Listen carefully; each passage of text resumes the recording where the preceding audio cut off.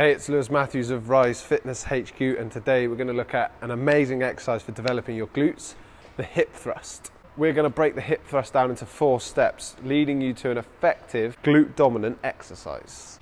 So I love a hip thrust because there is not really a better exercise out there for targeting the glutes. So yes, you do get a lot of glute activation within your squats, within your deadlifts, your RDLs and lunges, but nothing really targets it solely and predominantly like a hip thrust. Step 1 of a hip press is to make sure that you set up using a bench height that will allow you a decent range of movement, but also one that you can climb yourself onto.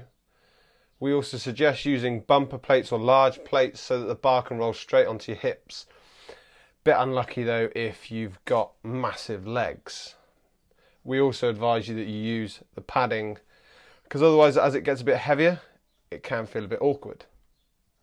Step 2 is the setup. So slide the bar up onto your hips as you're sat on the floor against the bench. Get the arms up on the back of the bench and tuck the feet in and raise the bar off the floor. Trust your back to take your weight, so you're just going to set yourself up just under shoulder blade height and place your hands on the bar.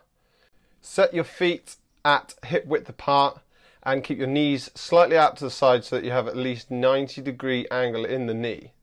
Having your knees turned out will put more stress and work in on the glutes. Step 3 is the thrust. Now, you need to set your pelvis into a neutral position. By slightly tilting your tailbone under, this will switch your glutes on and keep your core braced.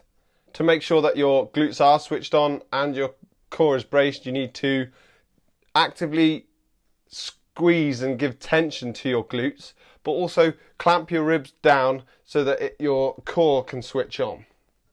You need to be really robotic with this thrust, so if your hips are down towards the floor, then your chest will be pointing forwards to the wall in front of you. You maintain this structure and this form throughout the whole thrust, so whether you're in the bottom position or in the top position, you maintain that spine position. When it comes to the thrust, you need to drive your hips up with power, keeping your spine in a neutral position. Squeeze the glutes with as much force as possible at the top. When your hips are at its highest point and you're squeezing as hard as you can, your chest should be pointing at the roof because you've kept that tight core, squeezing the glutes, and that spine has stayed in a neutral position. The best tip I can give you here is to drive through your heels, maybe even pick up your toes off the floor to ensure all that force is going through the glutes. Step 4 is lowering the weight. You need to maintain your rigid shape here, so lower the weight back down from the starting position with control. As the hips drop, your chest will follow with it, keeping that tight, solid, set position. You achieve this by keeping your core braced. You should notice that as your hips drop, so does your chest, and your chest returns to be pointing at the wall. Now, what we don't want to see is a loose spine. This can lead to potential injuries in the spine and can produce an ineffective exercise. If your spine is loose, you lose tension in the glutes and you can't produce as much force. Therefore, you're not impacting the glutes in the way we would want you to. It's important to maintain that rigid shape and tight core so that you can produce an effective force in the glutes and protect yourself from an injury. And that is how you perform an effective and safe hip thrust.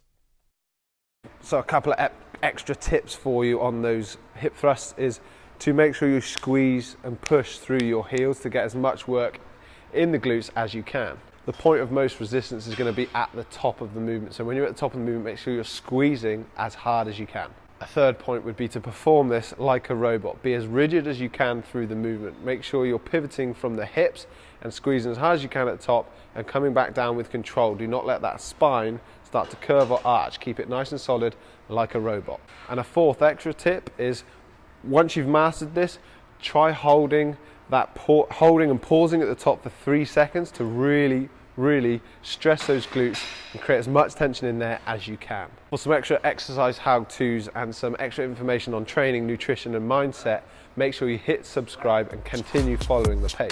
I will see you on the next video.